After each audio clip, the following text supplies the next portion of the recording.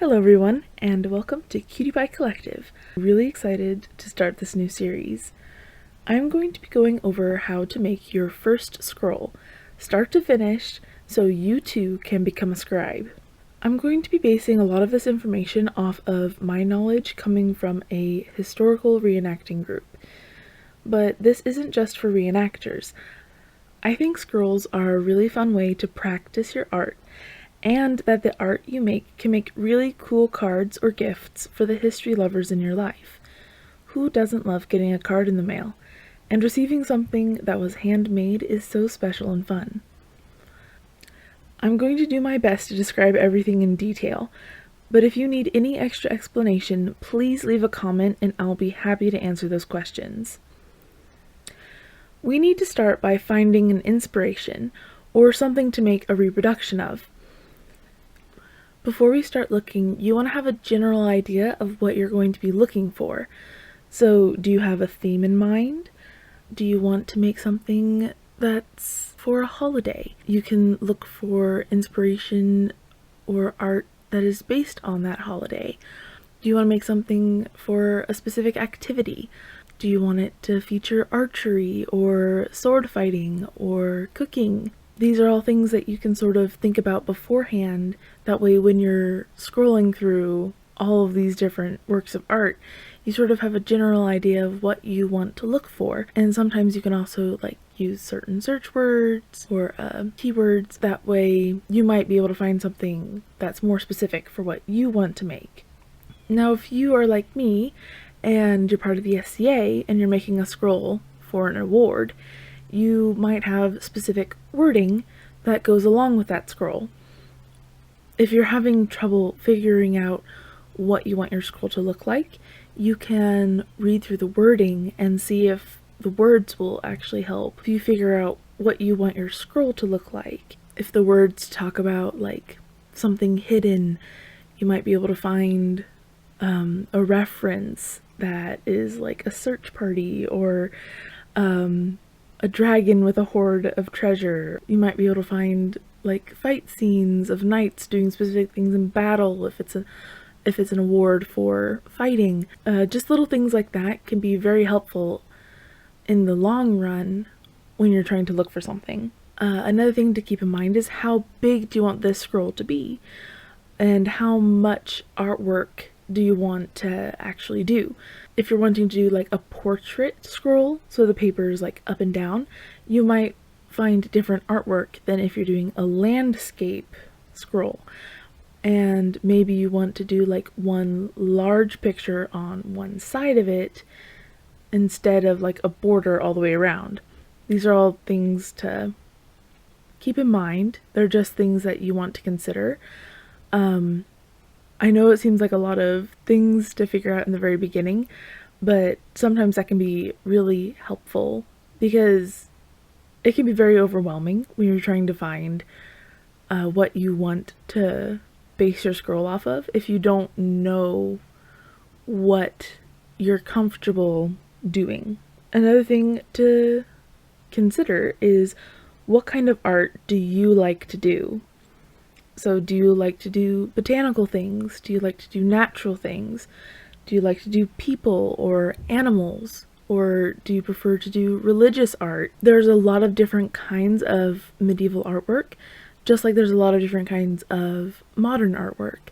So if you know that you absolutely love to draw flowers, then looking for a botanical reference would be much more beneficial for you than someone who loves to draw portraits, and vice versa. If you love to draw people, then you're not going to want to look for botanical scrolls or bestiary scrolls. You're going to want to look for people, which I haven't done a lot of because I'm not a big fan of drawing people, but there's also usually people in a lot of the scrolls anyway, so just keep in mind your own comfort level. You can build up or whittle down a scroll to be so many different things based off of one reference. You can pick apart scrolls and take what you like and leave what you don't. You can make a lot of beautiful things that way. You don't have to try to recreate something perfectly, and especially for your first scroll, you don't want to overwhelm yourself. You want to have a good time. So don't stress out about trying to make something really big or really intricate or something that will make you more stressed than happy. We want you to have a fun time with this. We don't want this to be a negative experience. All right, so now they have a general idea of kind of what you're aiming for. Maybe you still have no idea and you're just really excited to look at all the different things. It can be hard to find references that work, especially if you're picky like I am. My mom will try to help me find references sometimes. My sisters will try to find me references, and it is very helpful sometimes. I feel bad like saying it's not helpful, because it can be helpful. They sometimes find things that I haven't found, but it can also be really difficult for them to help me because I'm very particular about the scrolls that I want to do, or scrolls that I'm really comfortable with. So expect to do a little bit of digging to find something that you will really connect with. Medieval art is just like modern art, You'll learn you have your own specific tastes when it comes to medieval art, and when it comes to medieval art that you want to recreate. So, places to look. Pinterest has become like one of my best friends when it comes to looking for references. I'm going to be talking mostly about Pinterest, so I will come back around to it. You can Google scroll ideas. You can Google for medieval illuminations, and you can find things that way. I personally, for some reason, have had better luck on Pinterest than I have on Google, but I think that's also like a personal difference. Use what works well for you. Some online museums have collections of illuminations available to look at, and honestly they have some of the best pictures, but it can be difficult to sort through online collections, and it can be a little bit difficult to find what museums will have the illuminations that you want to look at. So while yes, they are a great resource and usually they have a lot more information than you can find on other things, just the fact that you have to sift through collections, and sometimes like the searches don't work well on some online museums, it's something that if you find a really good one, it will be really amazing. But if you can't find a good one, you will leave more frustrated. And books. Okay, so this can be a little complicated. So you can find books that are like copies of what illuminated manuscripts will be printed out, like the Book of Hours. You can find printed, you can find it multiple varieties, and that can be really nice if you want to have references that don't require you to use electronics. The problem with them, in my opinion, is that you have to buy those books, and then you have to store those books, and if you want to do scribal work out of the house, then you have to also carry those books with you. I am not saying they are a bad thing. I think they are very helpful. They can be very pretty and they can be very fun to flip through. It is very nice to have like a collection of references just in a book that you can take with you, but they have their downsides. So the books are definitely not a beginner investment, in my opinion. Try making a few scrolls, use online references. If you really enjoy scroll work, if you really love being a scribe, then yeah, think about investing in those books. But also look into the books before you buy them so that you know that the references in those books are things that you will like. This is kind of the same idea, but it can be different. There are some coloring books based off of historical artwork that you can use as references for scrolls. And what's really great about these coloring books is that they are very plain, black and white, very easy to follow guidelines for your line work. sometimes, in my opinion, they can look a little bit funny. Just because, you know, they are coloring books, but if you want to use something like that as a reference, you can, and as long as you're not doing a full coloring page, because that can be sort of difficult to work in where you're going to put the words. But if you see like a border or a specific little picture, then go ahead, use that. That's totally something you can do. Another thing you have to decide is how important is historical accuracy to you. For some people in the SCA, in the history group I'm a part of, historical accuracy is the most important thing. They want to make sure that every image they make is historically accurate, is documentable, is within a specific time period, that they can have the paint and the ink that is from the same time period as the artwork. Other people also in my group don't really care as much. They still care, obviously, about historical accuracy in some things, but sometimes if you're wanting to make a scroll and you can just find something that's decently historically accurate and it looks nice and you have a fun time drawing it, then do it. In my experience, every scroll has a perfect home. People have different interests, people have different likes in art, and because of that, you can find homes for any scroll that is made. So just decide how much historical accuracy is a really important part of this process to you, and then go with what makes you happy. If finding a image from like 1596 and researching what kind of paint and ink and paper they used and trying to recreate it is what makes you happy, do that. If scrolling through Pinterest and finding an interesting look of a dog, maybe, or maybe it's supposed to be like a leopard, I don't know.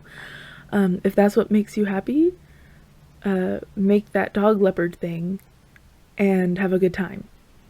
So just keep your theme in mind, if you already have an idea, keep that idea in mind, and then just scroll around and see what you can find.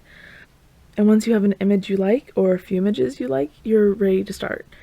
Now, because I know I was like given this information and I still struggled to like figure out what to do, I'm going to be taking you guys on a little journey through our friend Pinterest and showing you some of the things that you can find.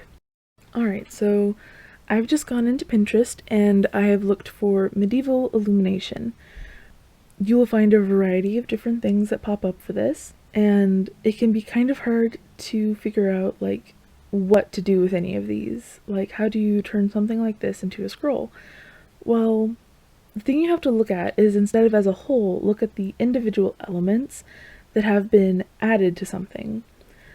So here we have a piece of sheet music, or at least that's what it looks like to me, and it has one large intricate letter, this interesting blue monster and choir group, maybe, I don't know. And it's really cool, but maybe that's just not what you're comfortable doing with. So instead, let's look at the border here. Like, this is still a really fun border.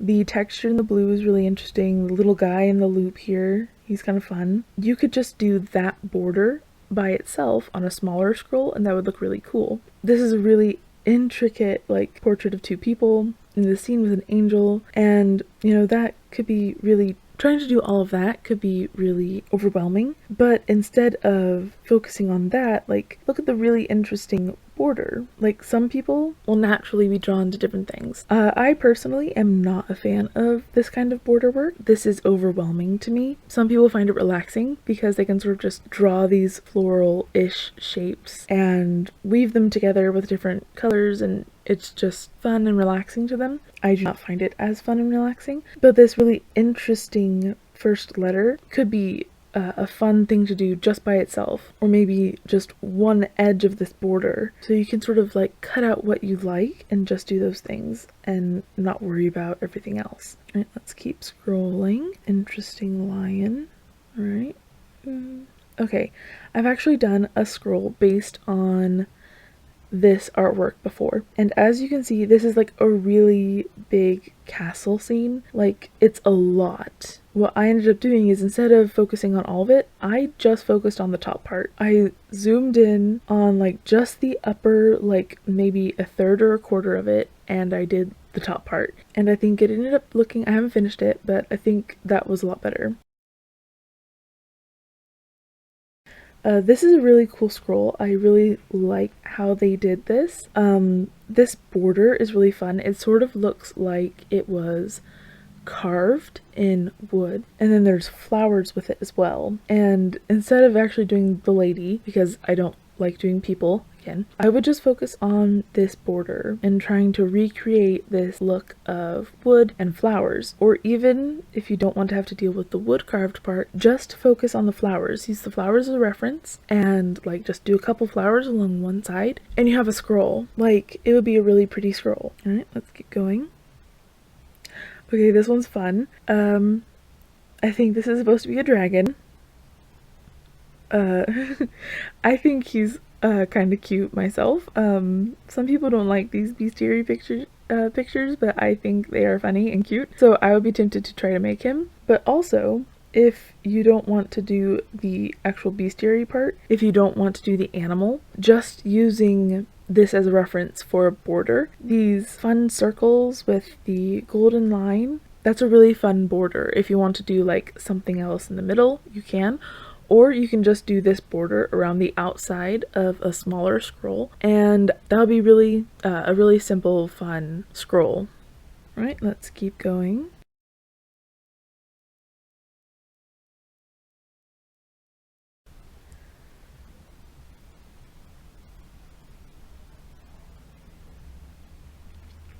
Lots of fun, interesting animals. Oh, here's a good reference for botanical florals. Botanicals are like flowers, insects, things you find in gardens. They're some of my favorite types of scrolls. These are sort of some interesting looking flowers, and you could just do a couple of these flowers along a border, and that would be a scroll. That would be a really pretty scroll. Alright, we will keep on scrolling.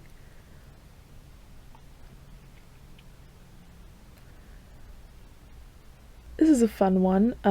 I would not usually do something like this myself, but this is a really pretty picture of these women playing instruments. But what you can do, if you find a post like this specifically, and you can see that this is from the British Library, and that this is an image of an item from the British Library Catalogue of Illuminated Manuscripts. So if you find something like this, and maybe you're not a huge fan of the actual picture, you can instead click on the link and you can actually go to the British Library and scroll through their other posts, because they might have other images that you would like to use instead. Like, these are some really fun birds. I would be tempted to try to make some of these birds on like a single border, or maybe up at the top.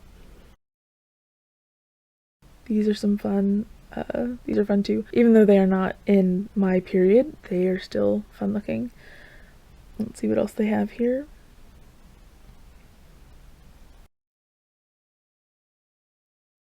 This is interesting. Okay, we got some interesting animals here. Got a deer dancing with a goat.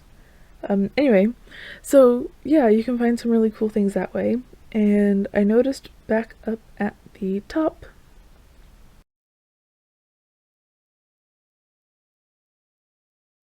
here we go, the Paul Getty Museum. I am a big fan. Love them. They have a lot of scrolls available to look at, a lot of illuminated manuscripts.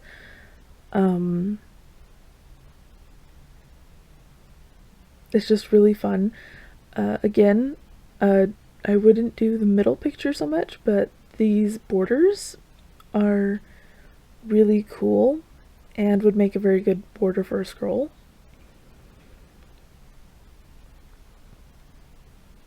This is an interesting painting. So this is really all you do when you're looking for a reference. You go down different rabbit holes online until you find an image that you like. This is a interesting little critter here. Creature. Is that supposed to be like a capybara? What? I have no idea, but it's kind of cute. I would be tempted to do it. You could do these 4 random guys along the bottom of a scroll, I guess. Uh, Also, the border around this scroll would be very pretty.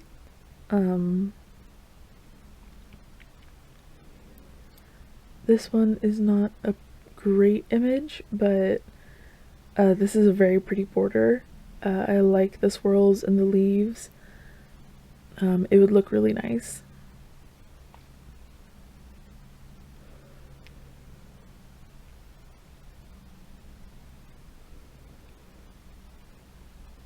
And speaking, oh, this is interesting.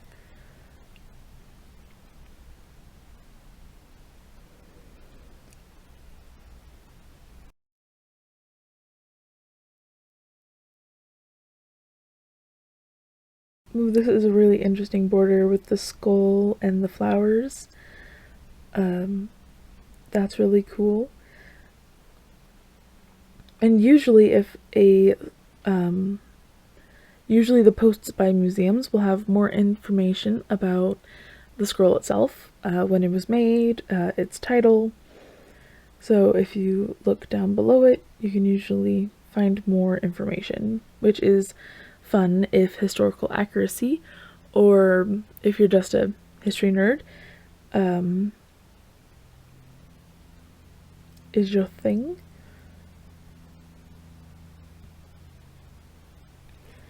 Now, because I love the Getty Museum so much, I'm actually going to show you even more information in regards to my love for them. So, here we are actually in the Getty Museum's online like record. We're going through all their things online, and they have some of my favorite references for botanicals.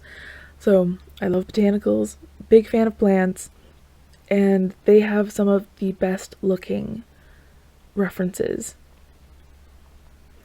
It's from my time period, which is basically, 1600s is the cutoff date.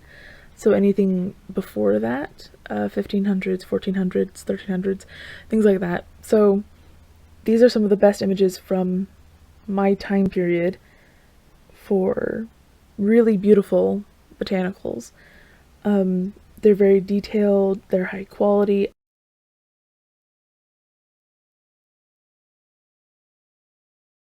Oh my god, I love this little caterpillar. He's so pretty.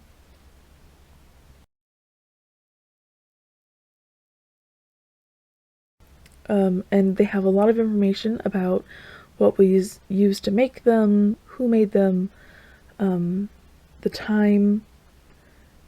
This is really pretty writing. I cannot read it, but it is pretty. So if you want to like go through the Getty Museum, you can go to their website, go to their resources, head into their art collection.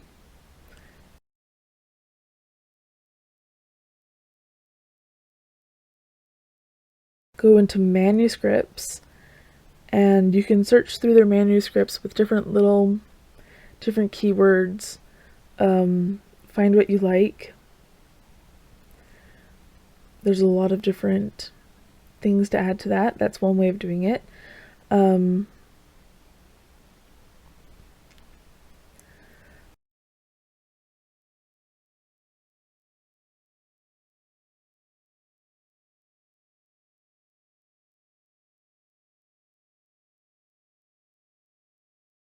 I have also found that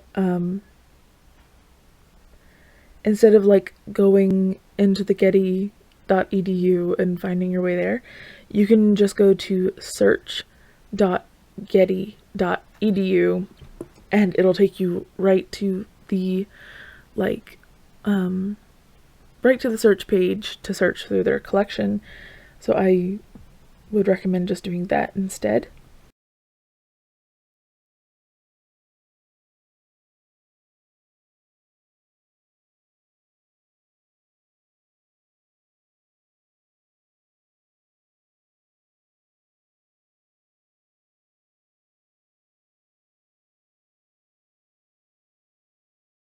And my favorite botanical collection, if you search for this Mira calligraphy, I'm so bad at this, I'm sorry, Monumenta, that is my, like if you search for that title will pull up the collection of images that are some of my favorite images. But you can also just like look for birds and see interesting manuscripts with birds on them. Search for whatever is an interest to you and see if they have something. Do not get disheartened if you don't find something right away. Searching for references is not an easy task. It takes time. It can be, for me personally, it can be kind of mentally draining to have to like sift through the internet to find a reference I really like, but it is worth it in the end. Yeah, I think that's it. So just to sort of wrap it up, let me go back over some of the key points here. Take your time, keep in mind what you want to do. It can be difficult, but stay true to your likes and your interests, and eventually you'll find something that is at least similar. But also on the flip side of that, don't be afraid to try something new. I wasn't really sure if I would enjoy making scrolls when I first got into the SCA and when I first found out about it, but I've grown to really enjoy scroll making. I enjoy being a scribe. I think it's a lot of fun.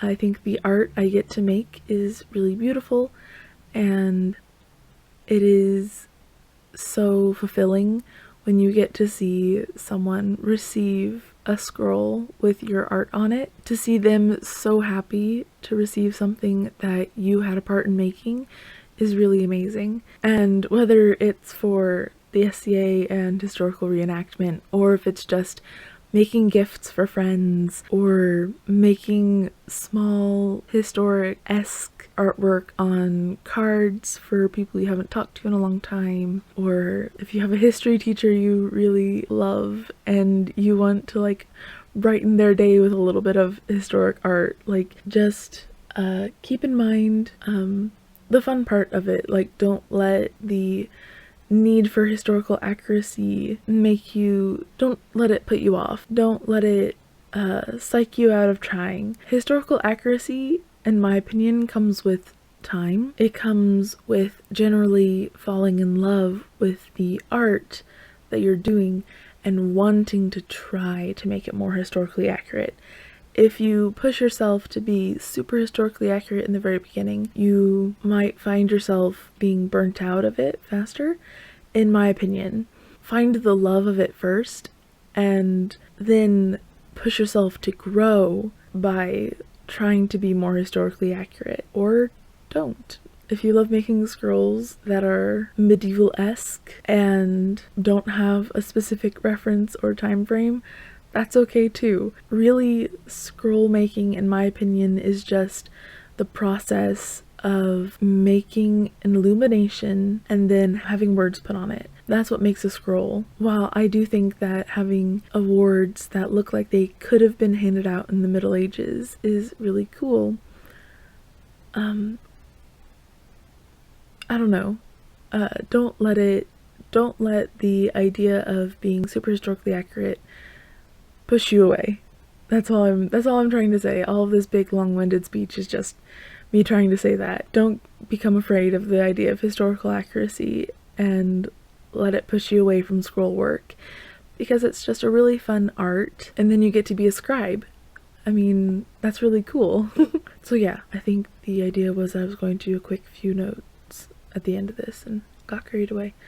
So let's see here. Come up with an idea of what you want to make. Keep in mind your theme or genre, I guess, of scroll that you want to try to make.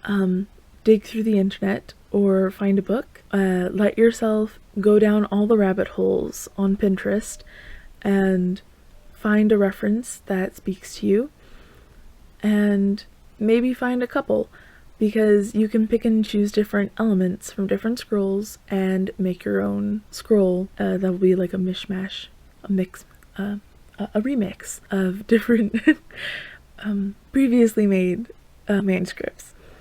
And then after you have that, you will be ready to move on to part 2. Good luck, and I will see you in the next video.